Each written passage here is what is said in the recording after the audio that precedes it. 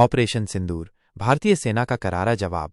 पहलगाम हमले के बाद पूरे देश में गुस्से की लहर दौड़ गई थी। आतंकवादियों द्वारा किए गए इस हमले में हमारे कई वीर जवान शहीद हो गए, लेकिन भारत ने एक बार फिर ये साबित कर दिया कि वो न तो अपने सैनिकों के बलिदान को भूलेगा, न ही आतंकवादियों को बख्शेगा। भारतीय सेना ने इस हमले का मुंहतोड़ जवाब देने के लिए ऑपरेशन सिंदूर की योजना बनाई। यह ऑपरेशन पूरी तरह गुप्त रखा गया और रात के अंधेरे में सीमा पार कार्रवाई को अंजाम दिया गया। पीओके के भीतर स्थित 9 बड़े आतंकवादी ठिकानों को अत्याधुनिक मिसाइलों से निशाना बनाया गया।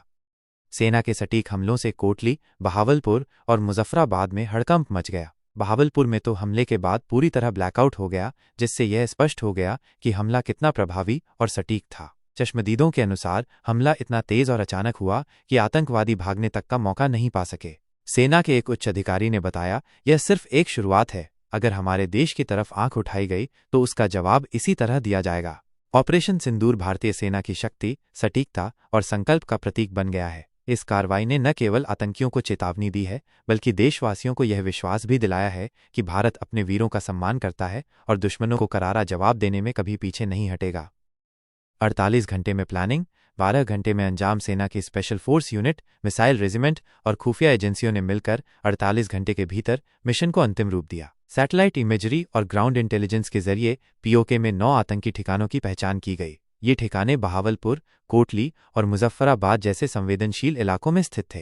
रात 2:30 बजे पहला प्रहार रात के सन्नाटे में भारतीय सेना के आधुनिक लॉन्ग रेंज प्रिसिजन मिसाइल्स ने पहला वार किया। कोटली में मौजूद एक बड़े आतंकी ट्रेनिंग कैंप को पहले निशाना बनाया गया, जिससे वहां भारी विस्फोट हुआ। उसके बाद बहावलपुर और मुजफ्फराबाद के अड्डों पर एक के बाद एक मिसाइलें बरसीं।